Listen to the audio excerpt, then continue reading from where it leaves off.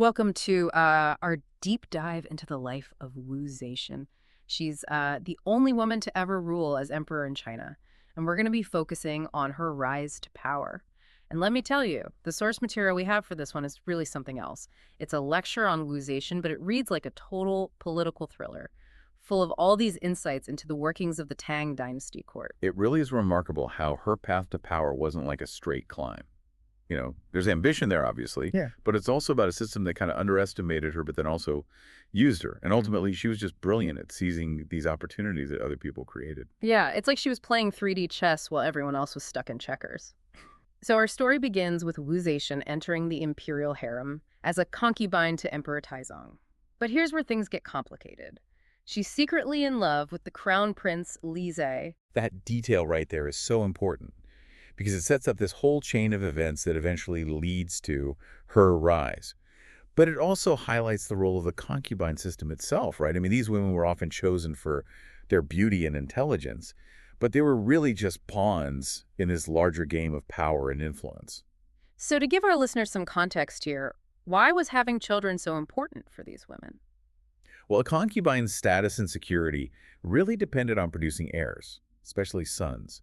It was their path to influence and really a way to secure their future in a system where they were otherwise incredibly vulnerable. Think of it like this high-stakes competition within the imperial household. So you're saying these women are basically fighting for their survival, which makes the story even more intriguing. So Emperor Taizong passes away, and Wu Zetian, who hasn't had any children, is sent to a convent, as was the custom. You'd think that's the end of her story? Not at all. Li Zidia, now Emperor Gaozong, is haunted by memories of Wu Zetian. He just can't forget her, and he actually uses a visit to his father's tomb as an excuse to see her at the convent. The lecture describes their reunion as incredibly emotional, with both of them overwhelmed by their feelings. And this is where Empress Wang, Gaozong's wife, makes a decision that changes everything. She learns about this affair, and instead of punishing Wu Zetian, she actually encourages Gaozong to bring her back to court. Wow, that seems like a pretty risky move. Why would she do that? Well, Empress Wang was locked in a power struggle with another concubine Xiao, who was known for her beauty and, crucially, her fertility. She'd already had a son, which made her a serious threat to the Empress's position. So Empress Wang saw Wu Zetian as a way to distract Gaozong and to weaken Xiao's influence. This is such a classic example of how court politics were driven by these personal rivalries and strategic alliances. It's like they were all playing a game of chess, with each player trying to outmaneuver the others. But Empress Wang severely underestimated Wu Zetian's ambition. Oh, completely. Bringing Wu Zetian back was a miscalculation of epic proportions. Within a year, Wu Zetian gives birth to his son Li Hong, and both Empress Wang and concubine Xiao find themselves rapidly losing favor. Wow, so this seemingly insignificant event had huge unforeseen consequences. And then the story takes a dark turn. With the death of Wu Zetian's baby daughter, the popular narrative is that she killed the child herself to frame Empress Wang, leading to the Empress's downfall. And this is where our source really makes us think.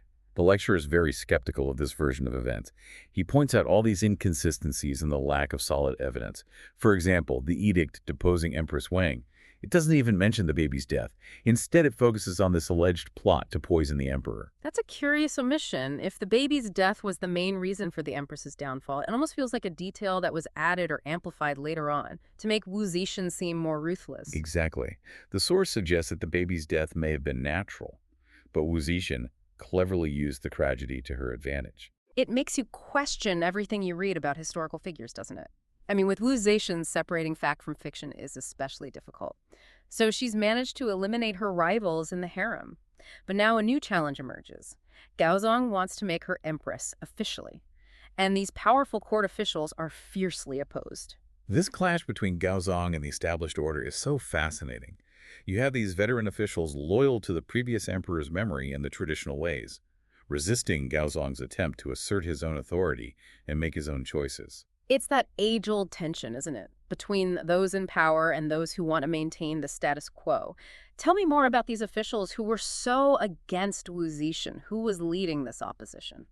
Well, the key figure here is Zhang Sunwuji, Gaozong's uncle. He had immense influence in the court and saw Wu Zetian as a direct threat to their established order. To him, she was a woman who did not belong in a position of power. So these officials had essentially been running things during Gaozong's early reign, holding on to the late emperor's legacy as a way to control the young emperor. Pretty much. They treated him almost like a child, constantly using the late emperor's will to undermine his authority. This creates this tense power struggle, with Gaozong trying to break free from their control, and Wu Zetian caught right in the middle. This must have created some incredible tension at court. What kind of conflicts were they having? Well, the source describes some pretty heated confrontations. I mean, imagine Gaozong even resorting to bribing Zhang Zongsun Wuji to get his way. There's even a scene where Wu Zetian barges into a court meeting just to scold the officials who are opposing her. Wow, she definitely wasn't afraid to stand up for herself. This whole situation feels like a powder keg waiting to explode. You're absolutely right. The entire court is in turmoil. Veteran officials are resigning in protest. The emperor is trapped between his desire for Wu Zetian and the pressure from these powerful figures.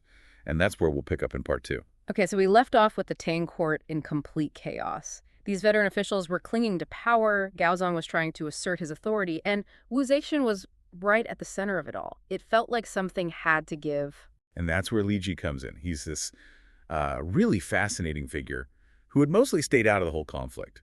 He was known for his military expertise and for his independent thinking. So he was the kind of person emperors really valued, talented and not tied to any one faction. Would you say he was loyal to the throne itself rather than to any particular person in power?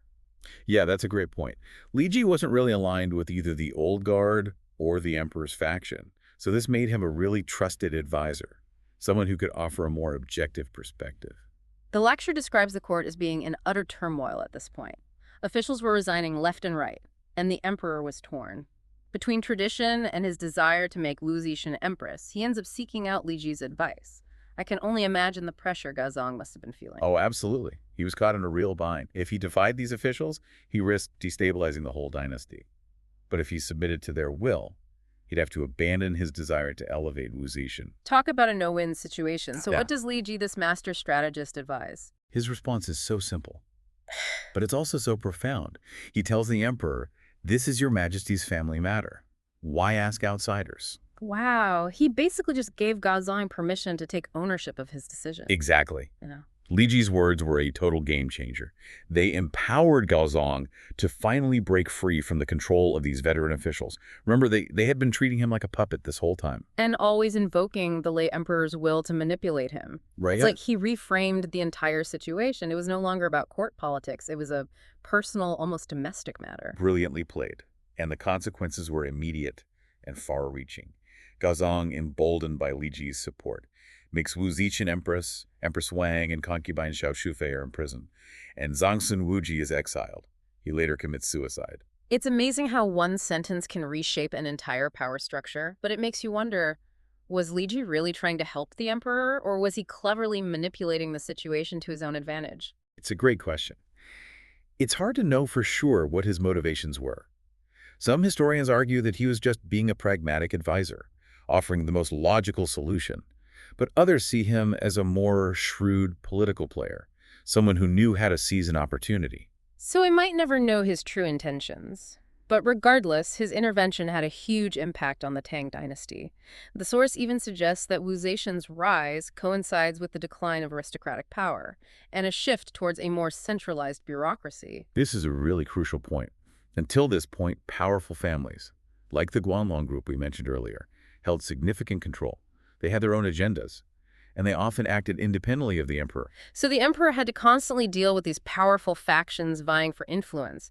It must have been difficult to maintain control and enact his own policies. Can you tell me a bit more about how this Guanlong group actually functioned? How did they manage to stay in power for so long? Well, they were basically a network of aristocratic families. Yeah. Who had intermarried and held all these key positions in the government and the military. Their influence spanned generations. So they were a force to be reckoned with. A dynasty within a dynasty.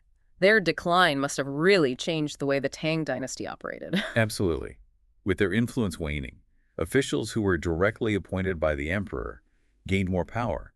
This shift towards a more centralized bureaucracy gave the emperor much greater control. It's kind of like what we see in a lot of organizations and governments throughout history. The centralization of power often leads to greater efficiency, but it can also open the door to corruption and abuse. Do you think Wu Zetian had a hand in orchestrating this shift, or was she just a catalyst for a change that was already happening? It's probably a bit of both.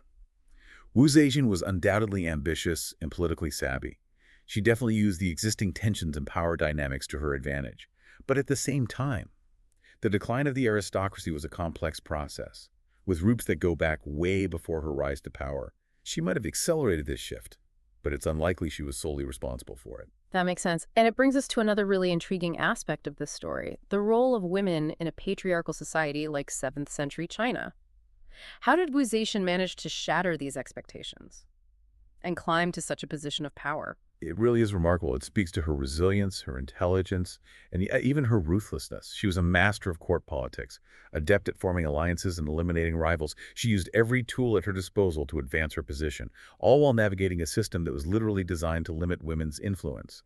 Her story is a powerful reminder that individuals, even those facing immense societal barriers, can have a profound impact on the course of history. We've talked about the political machinations and the power struggles. But what about Wu Zetian as a person? What kind of ruler does she become? That's what we're going to delve into next. Wu Zetian's reign as empress, and eventually as emperor. Yeah. It's a period filled with these progressive reforms, but also ruthless decisions, and ultimately a legacy that continues to spark debate even today. We've followed Wu Zetian's just incredible journey from concubine to empress, and we've seen all the political maneuvering and just the ambition that fueled her rise. Now let's explore what kind of ruler she turned out to be. The source material paints a really fascinating picture of her reign, both as empress and later as emperor. It's a period marked by both progressive reforms, but also just ruthless consolidation of power. Wu Zetian was not afraid to challenge the status quo, and her reign had a lasting impact on Chinese society. So what were some of her most significant accomplishments as a ruler? Well, one area where she made a really notable impact was in promoting Buddhism. She was a devoted Buddhist herself, and her patronage helped spread the religion throughout China. This included things like constructing grand temples and supporting Buddhist institutions. It makes you wonder how her religious patronage might have influenced her political strategies. Yeah, it's an interesting thing to think about. Buddhism, it emphasizes compassion, wisdom, and a rejection of worldly attachments. But Wu Zetian's reign was also marked by periods of pretty significant ruthlessness. So some scholars argue that she saw herself as this benevolent ruler, acting in accordance with these Buddhist principles, to bring order and stability to the empire. So even though she used some pretty harsh tactics at times, she maybe believed she was ultimately acting for the greater good. That's one interpretation. Others point to the inherent contradictions between religious ideals and the realities of, political power. It's a complex issue with no easy answers. Right. But moving beyond religion, Wu Zetian also implemented policies that specifically aimed to elevate the status of women in society. That's really remarkable. Considering how deeply patriarchal Chinese society was at that time, what specific policies did she enact? Well, she created opportunities for women to hold government positions, albeit limited ones. She also reformed inheritance laws, giving women greater control over their property. These might seem like small steps to us now, but in the context of 7th century China, they are actually pretty radical changes. It sounds like she was constantly challenging the existing power structures and pushing boundaries. But we've also talked about her ruthlessness. Can you tell us more about that side of her reign? Sure.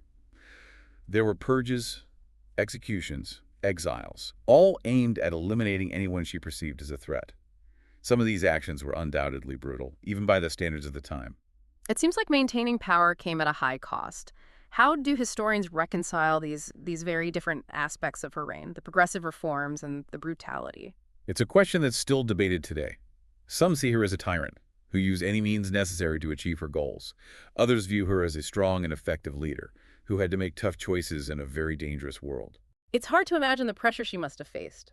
As the first and only woman to rule as emperor in China, she was constantly battling those who questioned her legitimacy and those who sought to undermine her authority. Absolutely. Imagine the weight of an entire empire's expectations resting on her shoulders. Yeah. Every decision, every action, scrutinized and analyzed through the lens of her gender. It's no wonder she felt the need to be ruthless at times. It's a reminder that power, especially when attained under such extraordinary circumstances, often comes at a heavy price. So looking back on Wu Zetian's reign, how should we remember her? What's her lasting impact on Chinese history? Her legacy is complex and multifaceted. There's no easy answer.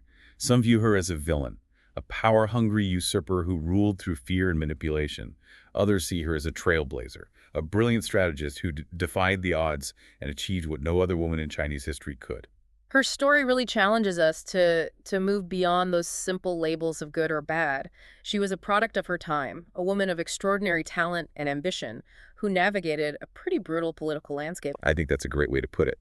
Her story invites us to grapple with the complexities of history and to recognize that even the most powerful figures are ultimately human, capable of both great achievements and terrible deeds. Well said. Thank you for joining us for this deep dive into the life of Wu Zetian. It's a story that challenges us to question our assumptions, to embrace nuance, and to recognize the power of individuals to shape the course of history, even when faced with what seem like insurmountable obstacles.